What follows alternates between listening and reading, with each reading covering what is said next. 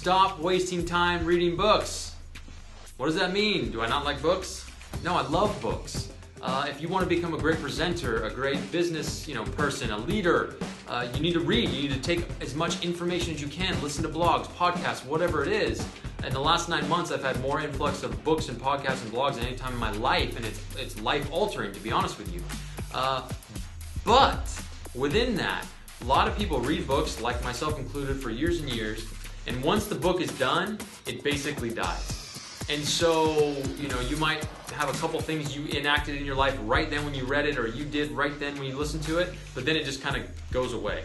And so this whole blog is about not wasting your time reading by having a book with all the great nuggets and takeaways just kind of live on the shelf forever. And so I started doing something about 6 months ago, and it's been changing the way I read and also look back at books in the future. And I've had a bunch of people, a close friend of mine, Todd, that I write about in the blog, a guy on the airplane today, kind of motivate me to write about this and get it out there, because they said this is a simple strategy that works. And so what it is when I read books, I no longer just read, I no longer underline, I no longer write. I'm using a tab system. And so if you look at my bookcase on my, in my living room, every book will look normal this way, but if you looked on the side, they'd all have these tabs. And what I realized was that every book I had, the things I was underlining or the things that I was highlighting fit into 3 categories. And so for me, it's either my job, the blog, or my life. And so what I do is as I'm reading and I get to a point where there's something that's life-altering, right? Like if I look at this book, I'm currently reading Making Ideas Happen by Scott Felsky, some really good stuff. I can search for the red tabs if I'm looking for something that was a game changer, right? A life-altering thing. And right here, here's my first red marker that I got to. It talks about the biology and the psychology of completion.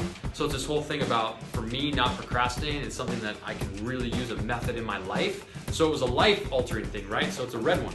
There's a lot of orange in here, things that relate to my job specifically. But the benefit of this is that now if I look at my bookcase, I have, I think, 16 or 17 books that I've gone through and done this with now. If I'm looking for something, hey, I need a tip, and hey, I remember I love that book Tribes by Seth Godin, but what were the good parts? I can pull the book out and instantly go, I want something that's going to have to do with my job. Bada boom, look for the orange tab, open up, I've got 4 or 5 things that really resonated with me.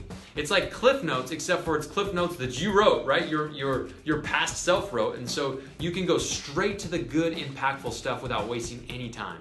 And so stop reading books that are just going to sit on the shelf and die forever. Start writing books that you can use 6 months, year, 5 years from now, and instantly get help from it.